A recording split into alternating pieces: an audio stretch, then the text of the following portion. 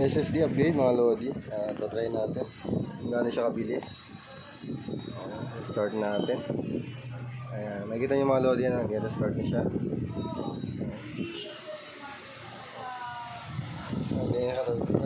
Kabilis mga Lodi. Ganun kabilis.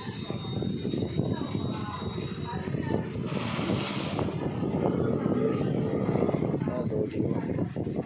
Hanggang mga Lodi, wala pa siyang 30 seconds. Welcome na siya. Nakita yung mga Lodi. Anong kabilis kapag nag-upgrade tayo ng SSD. Yun. Wala pa talaga. Ulitin natin. Isa pa.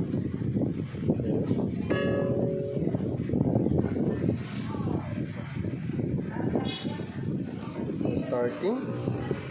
Okay, ulitin tayo ng 1, 2, 3, 4, 5, 6, 7, 8, 9, 10, 11, 12, 13, 14, 15, 16, 17, 18, 19, 20, 21, 22.